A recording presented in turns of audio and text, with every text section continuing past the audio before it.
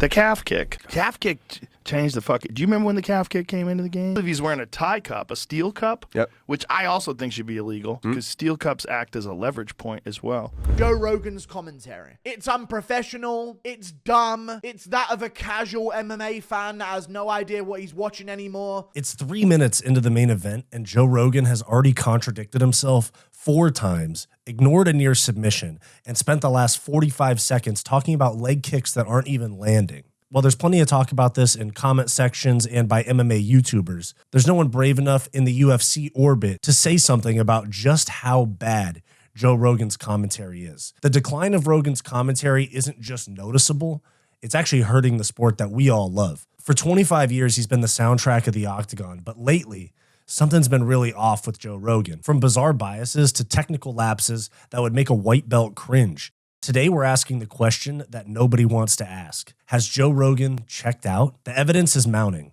The clips don't lie. And it's finally time to have that conversation about the man behind the mic. What's going on, guys? If it's your first time here, my name is Wyatt. This is Fight Society. We do MMA breakdowns, deep dives, investigations, podcasts, live streams, basically any type of fun content that's related to combat sports. That's what we do. So today we're going to talk about Joe Rogan, the most important and probably most iconic UFC commentator of all time. And while Joe has done so much to grow this sport and brought so many eyes to the UFC through his podcast and his fame being associated with the UFC by being a commentator, but Joe's commentary has been showing some really, like, honestly concerning patterns lately. And I'm not trying to make this like a whole fuck Joe Rogan type of video, but as a hardcore fan, I'm getting tired of low effort commentary from the organization that's charging $80 per pay-per-view. It's the same thing with the card quality that I have a problem with. It feels at times like the UFC is kind of ungrateful for the fan base that they have today. Now, Joe Rogan was actually with the UFC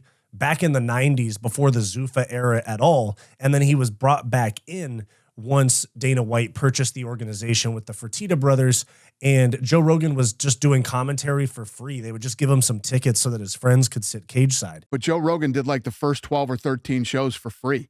He said, fuck yeah, I'll come there and do it and sit in the best seats in the house and everything else. One of the best things about Joe Rogan on commentary was his ability to articulate what was going on in a fight and explain it to the people watching during a time that MMA and UFC was just so taboo, and many people watching it weren't even really fully aware of the techniques that they were watching. Because Ultimate Fighting, explain this to people that don't know. Ultimate Fighting, you can do whatever you want. There's Not no anymore. No, it's not exactly that way. What Ultimate Fighting is it's in a cage. It's in an octagon. I mean, they have like Olympic gold medalists and world jiu-jitsu champions and boxers. Martial arts has always been like, you know, like there's always been questions in the martial arts, like what if a karate guy fought a judo guy, and what the Ultimate Fighting Championship did is say, let's find out. And they threw them all together. That paired with his like passion and just how much he absolutely loved the sport and how much he loved pushing the sport through his own platform, the Joe Rogan Experience, it was really important for the UFC. His attachment to the UFC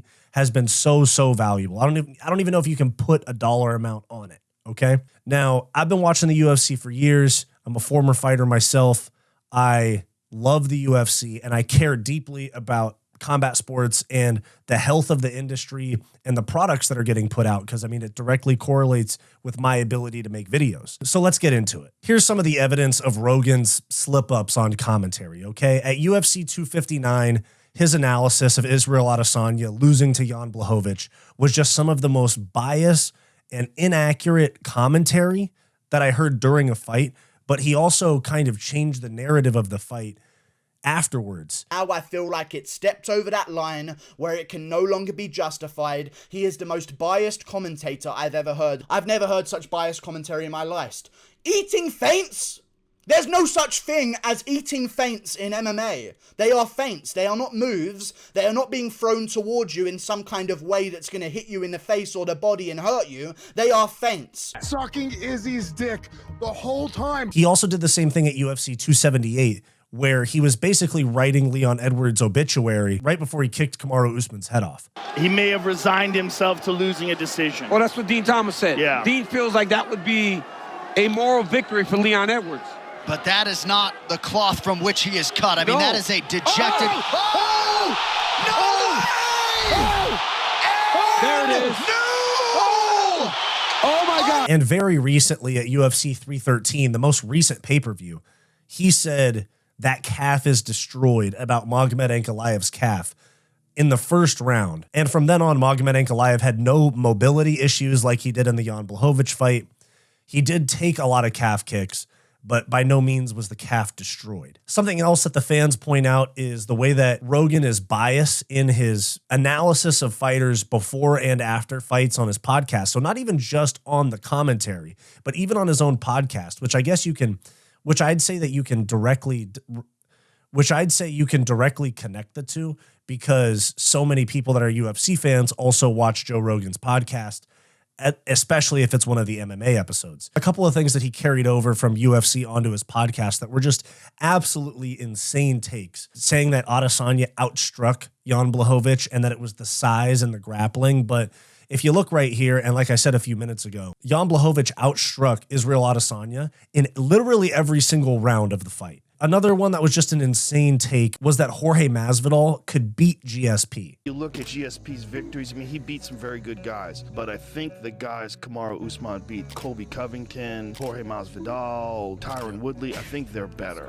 I think Masvidal's GSP level? Yeah. Really? I think if Masvidal was around during that time, he would be dangerous for everybody. I think he's on another level. And I'll let you guys debate that one in the comments, but that was a highly, highly criticized take by Joe Rogan. Many people have also pointed out Rogan kind of falling back on just a few phrases and a few kind of concepts during fights that when all else fails and Rogan has run out of things to say because he doesn't do his research for fights, he falls back on. People forget, man, those calf kicks really got developed in the last 5 years. And people forget, man, those steel tie cups can be used as a fulcrum to break the arm in an arm bar. And there's just nothing that competes with high-level jiu-jitsu. I mean, I'll play some clips, but the calf kicks, someone will have 2 calf kicks taken, and they'll be like, oh, he's injured now. He's not even going to be able to throw that leg for the rest of the fight. And the guy throws a head kick with it the next 5 seconds later. Same with the steel tie cups. And then also with jiu-jitsu. I mean, I remember back the last time Conor McGregor fought on that same card, Ilia Topuria KO'd Ryan Hall. It was just, it works. It's going to get him. It's going to get him. And it didn't. And Ryan Hall got KO'd. So now there are some commentators that will kind of contradict Joe when he says something way, way kind of I don't want to say out of line, but there's plenty of them that they'll offer a deferring opinion, for example. Like during the UFC 278 sequence where Leon Edwards landed that head kick, when DC and Rogan were both saying he's resided himself to a decision loss. And John Anik came in with that's not the cloth from which Leon Edwards is cut right before the head kick. So somebody like John Anik, who's actually the man when it comes to commentary, in my opinion, I know some people get annoyed by him, but in terms of passion, knowledge, bringing facts to the fight that we didn't know about, it's John Anik. But Joe's biggest blunder by far most recently was at UFC 313, where he called Yasmin Lucindo a young man while she was about to walk into the cage for her fight against Amanda Lemos. This young man has tremendous potential. And other creators agree with me as well. This is Hey Jive Picks from the Home of Fight team and all of that. This is what he had to say about it recently as well. Time to hang him up, bro. It's time to hang up the commentating black dress shirt, okay? I've had enough of listening to Joe Rogan on pay-per-views. Every time somebody gets hit in the cup, he talks about tie cups, how they're steel, and they can help you do arm bars. Every time, talking about calf kicks. Whenever we're getting ready for a fight, this guy is a monster. John Anik's the only good one on the commentary when it comes to the team of Anik, DC, and Rogan. Rogan and DC don't offer anything. Okay, they really don't offer anything other than 2 guys watching a fight, and it's like being around that old guy. They tell you the same stories over and over again. Every single pay-per-view, it's steel cups, calf kicks. We get it, man. We get it. Come up with something new. Tell me something about a fighter that I didn't know.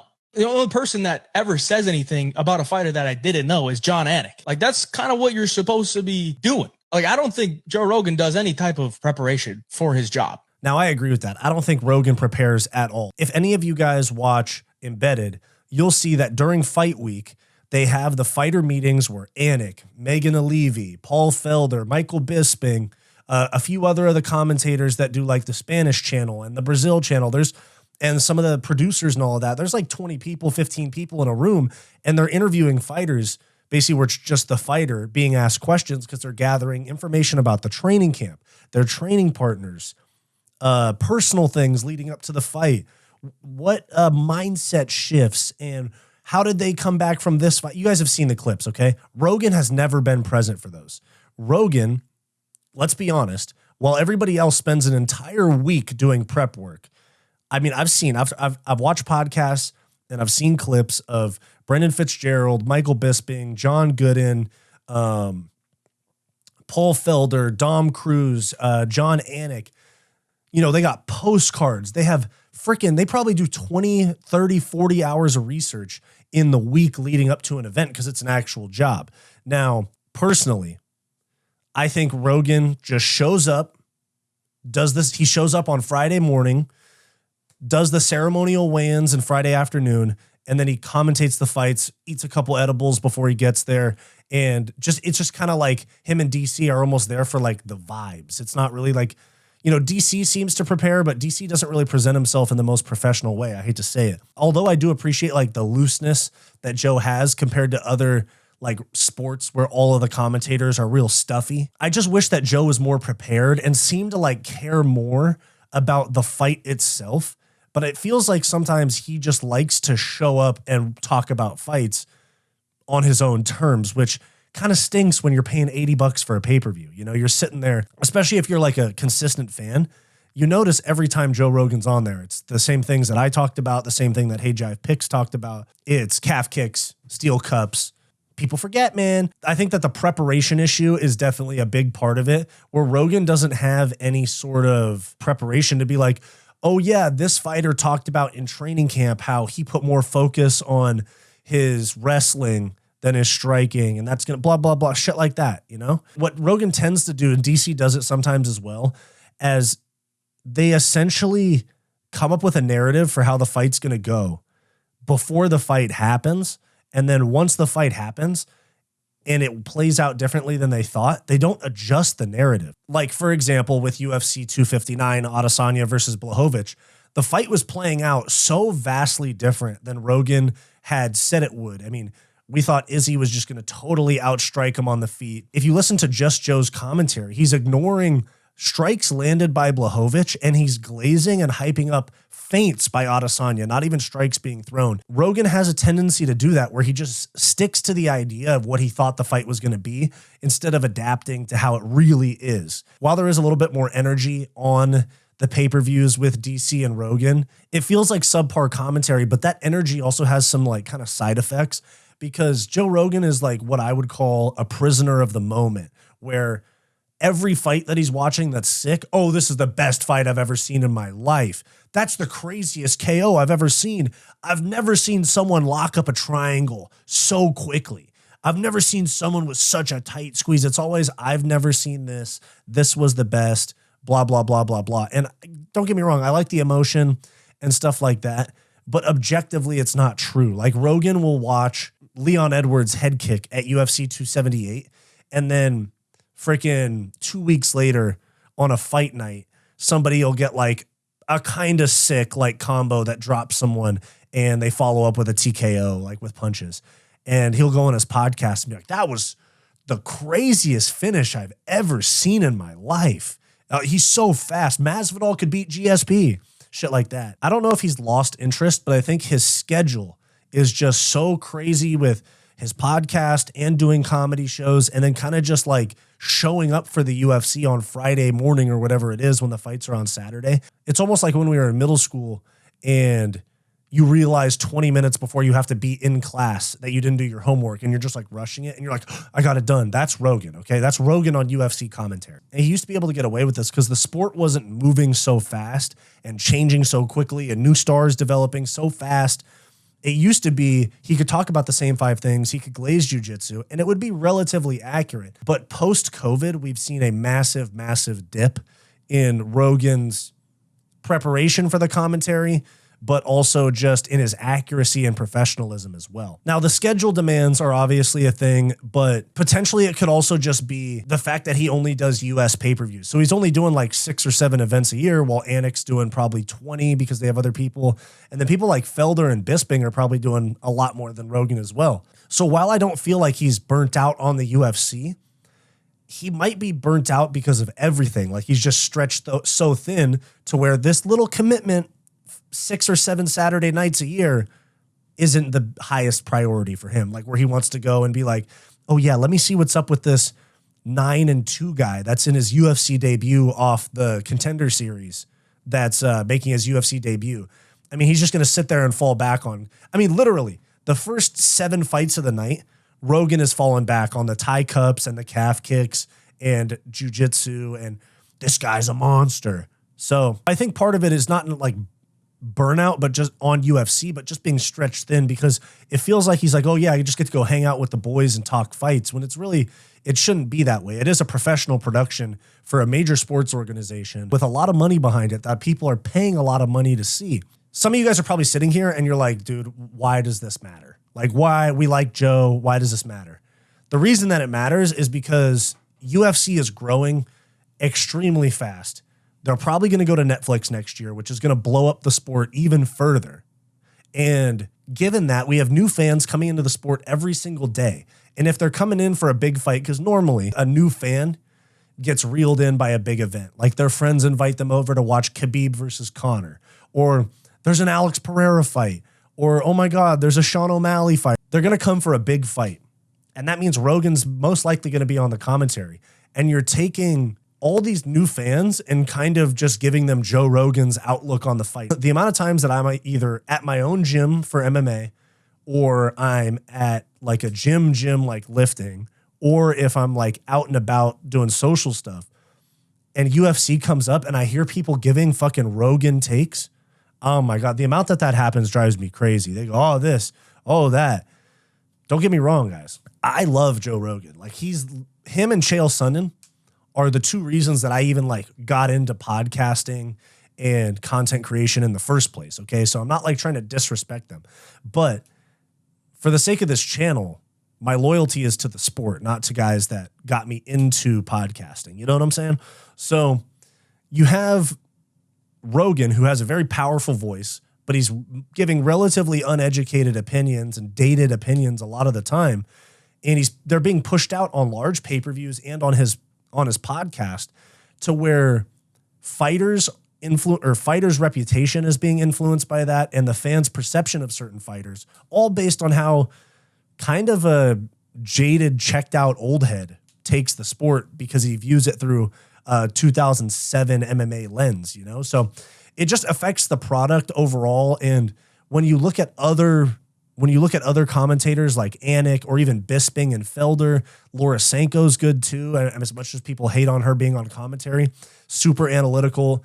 And I think that it's there just needs to be a change. Okay. So like, what is that change? Is it Rogan doing more commentary for the UFC? I really doubt that happens. I really doubt he wants to work with other commentators, like switch out DC for somebody. And it just seems like there is no solution to this other than Joe Rogan walking away from commentary or doing just the in-ring interviews, honestly. Like just being the guy that walks in and does the interviews in the cage after the fight without being on commentary. But I understand that's part of their model, but I think it's potentially time for Joe Rogan to walk away from commentary. While this is very unlikely, I think that's what's best for the UFC long term. Because Rogan, even though he plays a very minor role in the UFC in terms of how often he's around these days, he still plays a very big role in terms of how a lot of the fans perceive the sport. Now, I'm not saying all of you. I'm saying the casual, especially the new fans that are getting into it because they listen to Rogan on like a fan, they listen to Rogan's podcast and that gets them into UFC. They're literally adopting Rogan's MMA takes like across the board. So I will say huge respect for Rogan. I'm not sitting here saying I don't like the guy or anything. I'm talking about just critiquing his commentary. It is bad for the sport, okay? Do you guys think Rogan needs to move on? I mean, I'm not trying to be a hater here, okay? I'm just saying constructive criticism helps us all, and I want the UFC broadcast to be as good as possible, okay? Because I care about the sport and I care about combat sports as a whole. So I think Rogan on the commentary is doing a detriment to the sport. So let me know what you guys think down below. Did you like this video? Then like and subscribe down below. I also do multiple live streams per week, along with behind the scenes content and members only live streams for our channel members. So become a channel member for access to bonus content. It's only $5 per month and it greatly helps the channel's growth. I also do a podcast with my best friend Bo, and I have a non-MMA channel as well called Wyatt's World. You can check both of those out linked below.